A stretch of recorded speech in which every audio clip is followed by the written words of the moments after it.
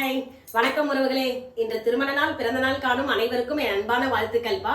இன்னைக்கு பாத்தீங்கன்னா நம்ம வீட்டு சமையல் வந்து உருண்டை குழம்புப்பா. உருண்டை குழம்பு தான் ஃபுல் ரெசிபி எடுக்க போறேன். என்னுடைய ஸ்டைல நான் எப்படி செய்யறேன்னு உங்களுக்கு காட்டுறேன், வாங்க பார்க்கலாம். உருண்டை குழம்புக்கு தேவையான பொருள் பார்த்தீங்கன்னா சின்ன வெங்காயம் கட் பண்ணி வச்சிருக்கேன், தக்காளி, கொஞ்சம் கருவேப்பிலை எடுத்து வச்சிருக்கேன், பூண்டு எடுத்து வச்சிருக்கேன்ப்பா. இங்க பாத்தீங்கன்னா புளியும் கரைச்சி எடுத்து வச்சாச்சு. அதுக்கப்புறம் அதுக்கு மெயின் ஹீரோ பார்த்தீங்கன்னா இவர் தான், கடலைப்பருப்பு ஒரு 3 மணி நேரம் ஊற வச்சிருக்கேன். அது கூட வந்து பார்த்தீங்கன்னா காஞ்ச மிளகாவும் போட்டு ஊற வச்சாச்சு. இதுதான் இதுக்கு தேவையான பொருள். வாங்க எப்படி செய்யலான்னு பார்க்கலாம்.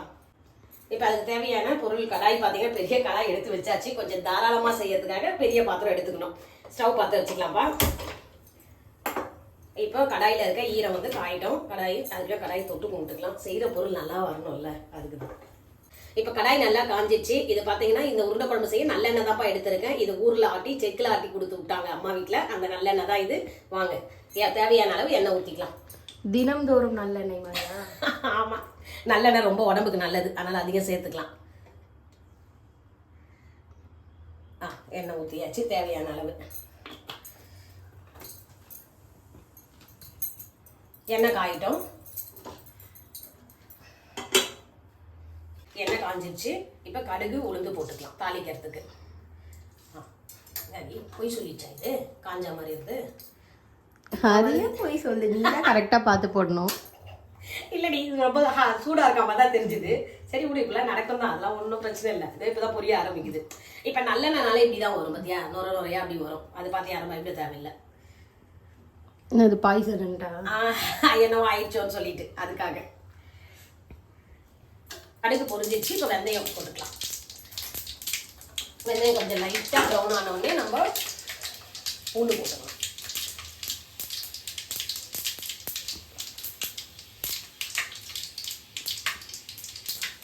போடாமா, ஐயர் கூட்டினு வருவா? இல்லை அது பார்த்தேன், அதான். ஓகே, இப்போ பூண்டு போட்டுக்கலாம். ஐயோ, கருவேப்பிலை போடும்போது சொல்கிறேன். ஆமாம், இப்போ போடாத. இல்லை, பூண்டுலாம் போட்டு தான் போடுறாங்க வெங்காயம்லாம். இல்லைன்னா உங்கள் மேலே பட்டுருமா? இல்லை கேமரா பட்டுரும் போல இருக்கு. அதே பட தண்ணிலாம் இருக்குட்டேன். இப்போ ஆனியனும் போட்டுட்டேன்.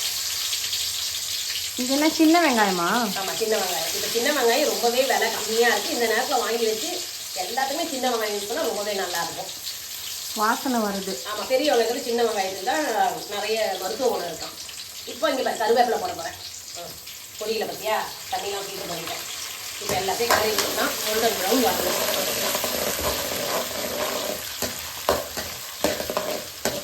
வெங்காயம், பூண்டு, கருவேப்பிலை எல்லாம் வதங்க சொல்லி என்ன வாசனை வருது? ஒரு மாதிரி நல்ல சூப்பர் ஸ்மெல். அது நல்லெண்ணெய் செஞ்சால் வரும். அப்படிதான். சரி, அதுக்குள்ள இங்கே சாதம் வச்சுருந்தேன், அதுவும் வெந்துருச்சு. சாதம் இப்போ வடிக்க போடியா? ஆமாம், சாதம் எங்கிட்ட தொட்டுலாம் நான் பார்க்க மாட்டேன். சாதம் அரிசி கொஞ்சம் பெருசானாலே வெந்துருச்சுன்னு அர்த்தம். அதை வச்சு கண்டுபிடிச்சிடும். இப்போ சாதத்தை இதுக்கு கொஞ்சம் சாதம் வந்து வரையாக தான் இருக்கும், உதிரியாக வடிச்சிக்கலாம்.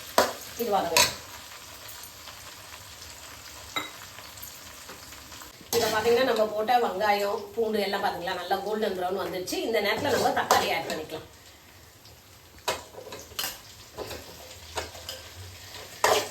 இந்த தக்காளி கொஞ்சம் வந்து இதுவாக தான் இருக்குது, ரொம்ப பழமாக இல்லை, கொஞ்சம் காய் இருக்குது. அதனால் கருவேப்பு போட்டுக்கலாம், சீக்கிரம் வதங்கிடும்.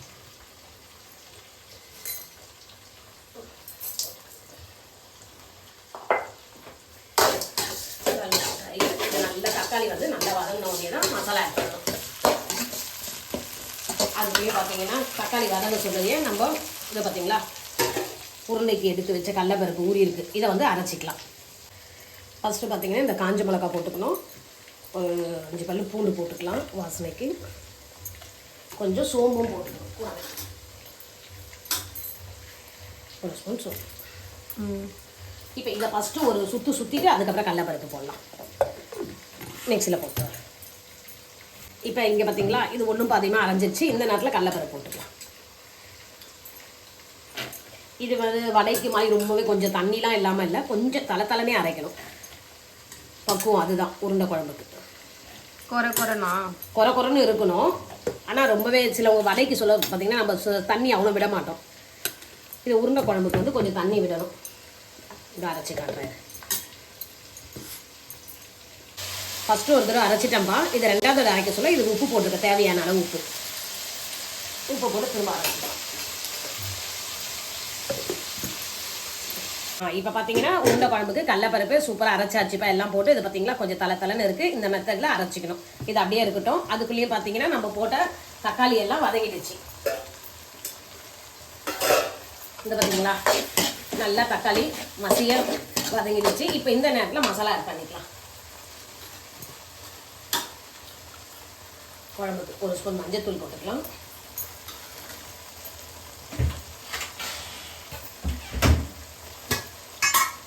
குழம்பு மிளகாத்தூள் காரத்துக்கு ஏற்ற மாதிரி போட்டுக்கோங்க. இப்போ வெயில் டைமுப்பா காரம்லாம் கொஞ்சம் கம்மியாகவே சாப்பிட்லாம். அதனால் திட்டமான காரம் போடும் அதுக்கு.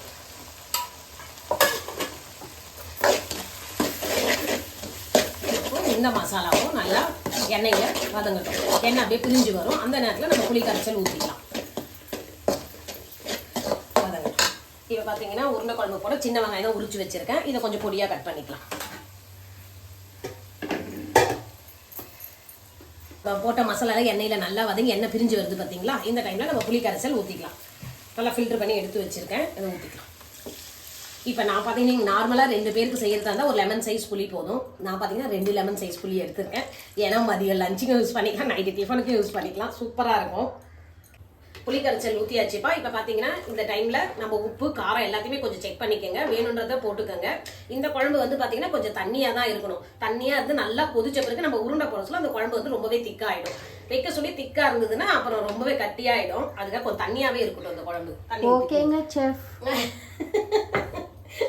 சொல்கிறத நீ நோட் பண்ணிக்கோன்னா உனக்கும் சேர்த்து தான் சொல்லிட்டு இருக்கேன். இப்போ கொஞ்சம் நம்மளுக்கு உப்பு கம்மியாக இருக்குது. அதனால் கொஞ்சம் உப்பு போட்டுக்கிறோம். உப்பு வந்து பார்த்தீங்கன்னா உருண்டைக்கும் போட்டிருக்கோம். அதனால் இந்த குழம்புக்கு மட்டும் உப்பு போடுங்க. அந்த உப்பு அது ஊறி கரெக்டாக வந்துடும். ஓகே, இப்போ கலரி விட்டு இந்த குழம்பு கொதிக்கிட்டோம். அதுக்குள்ளே நம்ம உருண்டை ரெடி பண்ணிக்கலாம். டேஸ்ட்டை பார்த்துட்டா நம்ம ஆட்டோபாம் ரெடி பண்ணுற மாதிரி சொல்கிறேன். உருண்டை ரெடி பண்ணிக்கலான்னு. ஆமாடி, அது அப்படிதான் இருக்கும் பாரு. சூப்பராக இருக்கும் பாரு பார்க்கறதுக்கு. சூப்பராக இருக்குது. குழம்பு கொதிக்கிட்டோம். இப்போ அது வெங்காயத்தை கட் பண்ணிக்கலாம். உருண்டை ரெடி பண்றதுக்கு சரியா? இப்போ எனக்கு ஒரு பெரிய டவுட் சுஷ்மி. இது இப்போ மகளிர் தினம் வந்தது இல்ல, இப்போ அதுதான் கேட்கணும் நான். இப்போ உங்க வீட்ல எல்லாம் ஃபர்ஸ்ட் உங்களுக்கு யார் விஷ் பண்ணாங்கன்னு கேட்டது நிறைய பேர் அவங்க ஹஸ்பண்ட் சொன்னீங்கப்பா. எனக்கு வந்து என் பையன் தான் விஷ் பண்ணான். ஆனா ஆக்சுவலா பாத்தீங்கன்னா எங்க ஹஸ்பண்ட் தான் எனக்கு விஷ் பண்ணியிருக்காரு. அது எனக்கு தெரியல. அதுதான் அது எப்படின்னு நான் அவர்கிட்ட கேட்டேன். அவர் வந்து கேட்டாரு, நீ எப்ப பாரு பையனையே சொல்லுவேன், என்ன சொல்லவே இல்லை அப்படின்னாரு. நான் கேட்டேன், நேரடியா விஷ் பண்ணாதானே தெரியும், நீங்க தான் விஷ் பண்ணலையே, மறந்துட்டீங்கன்னு நினைச்சு நான் விட்டுட்டேன். அப்ப அவர் சொல்றாரு, நான் நைட்டு உனக்கு 12 மணிக்கே விஷ் பண்ணிட்டேன். எப்படின்னு பாத்தீங்கன்னா அவர் ஸ்டேட்டஸ்ல போட்டிருக்காராம். ஸ்டேட்டஸ்ல போட்டா நம்மளுக்கு எப்படி தெரியும்? இந்த மாதிரி சில டைப் இருக்குப்பா. எல்லாரும் அவர் விஷ் பண்ணாங்களா, ஓகே சூப்பர் சொல்லி நான் மட்டும் தான் விஷ் பண்ணல அவர் ஃபீல் பண்ணாரு. நான் என்ன நினைச்சேன், இவர் எனக்கு விஷ் பண்ணலையே சொல்லி நான் ஃபீல் பண்ணேன். அப்புறம் பார்த்தா 2 பேருமே இப்படி இருக்கும் பாருங்க. பக்கத்துலயே இருக்கேன். எனக்கு ஒரு விஷயம் அவர் நேரடியா சொல்லியிருக்கலாம்.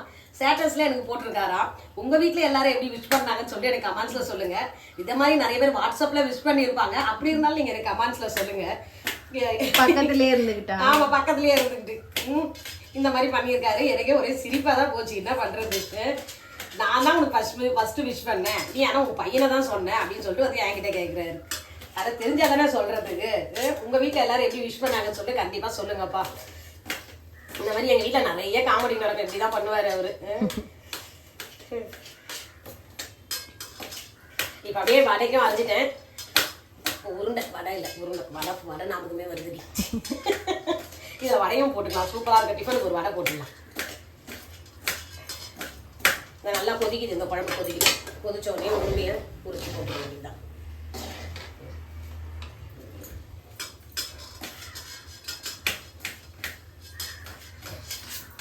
நீங்க இந்த மாதிரிலாம் வந்து இப்ப ஜன்னல் வழியா வந்து சன்னு அடிக்குதுல்ல, இது என்ன சொல்வீங்க? சூரிய வெளிச்சம் சுருன்னு மூஞ்சில அடிக்குது. அப்படிதான் இருக்குது பாருங்க. எவ்வளவு வெயில் பாருங்க. இப்பெல்லாம் என்ன தெரியுமா பண்ணுவாங்க, ஸ்னாப்ல சன் கிஸ்டுன்னு போடுவாங்க. அப்படியா? நடி தெரிஞ்சிருச்சு. எல்லா பசங்களும் இப்ப சின்ன சின்ன பசங்க ரொம்ப இதுவாதான் இருக்காங்க. எப்படி பாரு, காலையில இந்த ஜன்னலையும் நான் தரப்பேன். பார்த்தா மூஞ்சி பாரு எப்படி பாரு வேர்த்து கொட்டிட்டு இருக்குது. இப்ப இது வந்து ஒரு ஜில்லுன்னு ஏதாவது குடிச்சாதான் நல்லா இருக்கும். வெயிலின் மகிமை. ஆனா குடிச்சா எனக்கு கோல்ட் ஆயிடும். எனக்கு அது ஒரு பயமா இருக்கு இப்பவே. ஆனா உங்கள் உடல் நலம் இப்ப பரவாயில்லையா? இப்போ ஓரளவுக்கு பரவாயில்லம்மா. நான் எதுவும் கூல் ட்ரிங்க்ஸே குடிக்கல, எதுவுமே சாப்பிடல, கோல்டான ஐட்டமே. அதனால இப்போ கொஞ்சம் கியூர் ஆகிருக்கு. ஏன்னா தொண்டை தான் ரொம்ப பேச முடியாம இருந்தது. அதே அது பாத்தீங்களா கொடுமை என்னன்னா வெயில் டைம்ல போயிட்டு எனக்கு கோல்ட் ஆயிடுச்சுங்க. ஆசைப்படுறத நிம்மதியா சாப்பிட முடியல. இதுக்கு தான் நான் சின்னதுலயே எல்லாத்தையும் நல்லா சாப்பிட்டு அனுபவிச்சிருக்கேன் தெரியுமா. சாப்பிட்றதுல எதுவுமே நான் மிஸ் பண்றதே கிடையாது. இப்ப இந்த டைம்ல என்னால சாப்பிட முடியாம இருக்கு பாத்தியா, அதுக்குதான் கடைக்க சொல்லியே சாப்பிட்டுணும். இப்ப இந்த குழம்பும் நல்லா கொதிச்சிருச்சு. அதுக்குள்ளே நம்ம வடிச்சு விட்ட சாதம் வந்து ஒரு 10 நிமிஷத்துக்கு ஆயிடுச்சு. எடுத்து வச்சிடலாம். எடுத்துட்டு குளிக்க வைக்கணும். சூப்பரா குளிக்க வச்சா சர்பத் ஆயிடுமா? குளிக்க வச்சா இதுவும் ஆகாது. இப்ப நம்ம வடிக்கிறோம்ல, வடிச்சோன்னா ஒரு பக்கமே சாதம் இருக்கும் புரியுதா. அப்படியே விட்டோன்னா அப்படியே கட்டி ஆயிடும். இப்படி குளிக்க எல்லாத்தையும் விட்டா ஒரு சாதம் ஒன்று ஒன்றா உதிரியா பிரிஞ்சிடும். ஓகே, இதெல்லாம் ஒரு சின்ன சின்ன டிப்ஸ் தான். அதுல சாதத்தையும் அதிக நேரம் வந்து நம்ம வடிச்சு விடக்கூடாது. ஒரு 10 நிமிஷத்துலேயே எடுத்துடணும். 5 நிமிஷத்துலேயே கூட எடுத்துடலாம். சாதம் தண்ணி வடிஞ்சிச்சுன்னா இது அப்படியே ஆறட்டும். குழம்பு கொதிச்சிச்சுமா? ஆமா, குழம்பு சூப்பரா ரெடி ஆயிடுச்சு.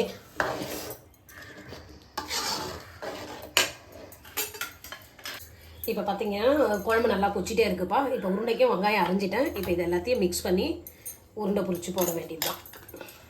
மிக்ஸ் பண்ணி வெங்காயம் கருவேப்பிலை மட்டும்தான் போட்டுக்கிறேன். இதில் தான் காரத்துக்கு எல்லாமே போட்டேன்ல, காஞ்ச மிளகா, பூண்டு, சோம்பு எல்லாம் போட்டு அரைச்சாச்சு. இது சும்மா கொஞ்சம் வெங்காயம் மட்டும் இது கூட ஆட் பண்ணுறதுக்கு. இதுவே போதும். இந்த நேரத்தில் இதில் கூட உப்பு பார்த்துக்கோங்க. இது எனக்கு கரெக்டாக இருக்குது. வேணுன்றவங்க இப்பயும் ஆட் பண்ணிக்கலாம். நல்லா வெங்காயம், கருவேப்பிலை, இந்த இது வடமாகும் எல்லாமே ஒன்றா மிக்ஸ் ஆகணும். வாசனை வந்துச்சா? எல்லாத்துக்கும் வாசனை வரும் தான். அது ஒரு வாசனையோட தான் இருக்குது. கடவுள் நம்மளுக்கு அப்படிதான் கொடுத்துக்கிறாரு. இந்த மனத்தெல்லாம் அப்படியே வாசனை பிடிச்சிட்டே சைலண்டா இருக்க சொல்லுமா? அதெல்லாம் இருக்காது. அவங்கள எப்படி இருக்குமே, அவங்க ஜாலியா விளையாடுவாங்க. இப்ப திறந்து விட்டா எங்க பேசுவாங்க. அவங்க அங்க இருந்து மரத்துல உட்காந்துருப்பாங்க. இப்ப அவங்களுக்கும் பாரு மரத்துல எல்லாம் பேசுவாங்களா? ஆமா, குரல் கொடுக்கும். அது எனக்கு கீக்கின்னா கீக்கின்னு குரல் கொடுக்கும். விவேக் மாதிரி சொல்றேன். நான்லாம் மனுஷன் பயிலுங்களோட பேசி விப்பாட்டியே வந்து ரொம்ப நாள் ஆச்சு. நான் பேசுறதுல பரவ இல்ல. நம்ம யாருக்கிட்ட அன்பா இருக்கோமோ, இப்ப செடி கூட போய் பாரு. செடியை நீ தொட்டுட்டு இதுவா இருந்தா அது சோகமா இருக்கும். நீ தண்ணி ஊத்திட்டு அதுகிட்ட பேசு, அந்த இலையில அப்படியே ஃப்ரெஷ்ஷா சூப்பர் ஆயிடும். இது தெரிஞ்சவங்களுக்கு தெரியும், உனக்கு தெரியாது இல்ல, அதனால உனக்கு தெரியாதுதான். இப்போ இப்ப டெய்லியும் காக்காக்கு நம்ம சாதம் வைக்கிறோம். காக்கா இங்க வந்து சாப்பாடு எடுக்கும் தெரியுமா. நான் பேசுறது பூரா பறவை பண்ணிங்க கூட தான். அவங்க தான் ரொம்ப நல்லவங்க. நம்மளுக்கு நம்ம இல்லைன்னா தேடுவாங்க. என்ன இப்ப வா, இப்ப முக்கியமான சீன் வந்துருச்சு. நம்ம உருண்டை போட வேண்டியது. எடுத்து வச்சிடலாம். குழம்பு கொச்சிட்டு இருக்கா. ரொம்ப பெருசும் இல்லாம ரொம்ப சிறுசும் இல்லாம ஒரு மீடியம் சைஸ் உருண்டை. இந்த உருண்டையை வந்து இங்க கொதிக்குது பத்தி அந்த இடத்துல இறங்கணும். அப்படி சில வந்து இந்த உருண்டையை வந்து ஆவி கட்டுவாங்க, அப்படி போடுவாங்க. நம்ம இப்போ டைரெக்டாக போட்டாலே இந்த காரெல்லாம் உருண்டைக்குள்ளே ஊறி உருண்டை சும்மா சாப்பிட்றதுக்கு வேற லெவல் டேஸ்ட்ல இருக்கும். இது வரும் அது நல்லா வெந்த பிறகு தான் மேலே எழும்பி வரும். அப்படியே பால் மாதிரி வந்து ஒன்னோட ஒன்று விளையாடுவாங்க பாரு. சூப்பராக இருக்கும்.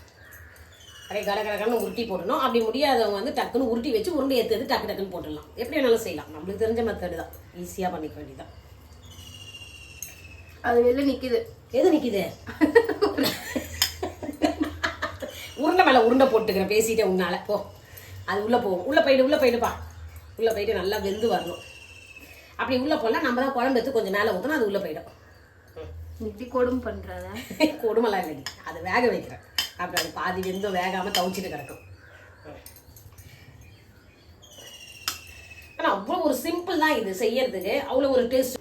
இப்போ பார்த்தீங்கன்னா நம்ம போட்ட உருண்டெல்லாம் பாரு. இங்கே பாரு, நீ சொன்னீங்க உள்ளே போயிடுச்சுன்னு. எல்லாம் ஒன்னோட ஒன்று வந்து மேலே வருது பாரு. இப்போ இன்னும் வேகணும். அவங்க இன்னும் நல்லா மேலே வந்து பால் ஒன்றுனா உருண்டு அங்கங்கே போய் இடிச்சு விளையாடுவாங்க. அது விளையாடின பிறகு தான் நம்ம ஆஃப் பண்ணணும். நல்லா திக்காக ஆகும். இன்னும் கொஞ்சம் வேகணும். அப்போ வேகட்டும். இந்த பேர் கொஞ்சம் எடுத்து வச்சிருக்கேன் எனக்கு ஸ்நாக்ஸுக்கு வடைக்கு.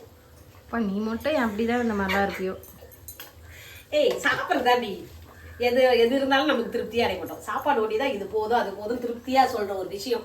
அதனால எப்பவுமே நம்மளுக்கு பிடிச்ச மாதிரி செஞ்சு விருப்பமாக சாப்பிடணும். அது எனக்கு ரொம்ப பிடிக்கும். எங்கள் அம்மா எனக்கு வடிவேல் சொல்கிற மாதிரி தான் சொல்லுவாங்க. 3 வேளை சோறு சாப்பிட்டாலும் மேல் தீனி இல்லாமல் இந்த பொண்ணு இருக்காதுன்னுவாங்க. சின்னதுலேருந்து அப்படி வளர்த்துட்டாங்க. இப்போ பார்த்தீங்கன்னா உருண்டை குழம்பு சூப்பராக வெந்து ரெடி ஆயிடுச்சு. ஒரு உருண்டை இங்கே பாருப்பா மேலே வந்துடுச்சு எல்லாமே. இப்போ இந்த நேரத்தில் வந்து நம்ம கொத்தமல்லி கொஞ்சம் கருவேப்பிலை எடுத்து வச்சுருக்கேன். மேலே தூவிட்டு ஆஃப் பண்ணி மூடி வச்சிடணும். உருண்டை குழம்பு அப்பதான் வாசனை கொஞ்சம் வெளியே போகாது. நம்ம தரக்க சொல்ல வாசனையா இருக்கும். அதுக்காக தான். ஓகேவா? இப்போ சூப்பரான உருண்டை குழம்பு ரெடி. ஒரு ஒரு உருண்டையை பாரு. நம்ம போட சொல்ல கொஞ்சம் சைஸ் சின்னது இருந்தது, இப்போ குழம்புல ஊறி பெருசாயிடுச்சு. அவ்வளோதான். இப்போ பார்த்தீங்கன்னா நம்ம வீட்டு சமையல் பார்த்தீங்கன்னா இன்னைக்கு உருண்டை குழம்பு வச்சிருக்கேன், சாதம், அதுக்கு தொட்டு சாப்பிட அப்பளம் பொரிச்சு வச்சாச்சுப்பா. இந்த உருண்டை குழம்பு வந்து நான் சொன்ன மெத்தட்ல நீங்க செஞ்சு பாருங்க, உருண்டை குழம்பு சூப்பரா வரும், நல்லா டேஸ்டாவும் வரும். இந்த உருண்டை குழம்பு பார்த்தீங்கன்னா ரொம்ப ரொம்ப ஈஸி, சூப்பரா செய்யலாம், சூப்பரா செஞ்சு சாப்பிடுங்க. அப்படியே இந்த அம்மா சேனலுக்கு சப்ஸ்கிரைப் பண்ணுங்க, லைக் பண்ணுங்க, ஷேர் பண்ணுங்க. ஓகே, பாய் உறவுகளே.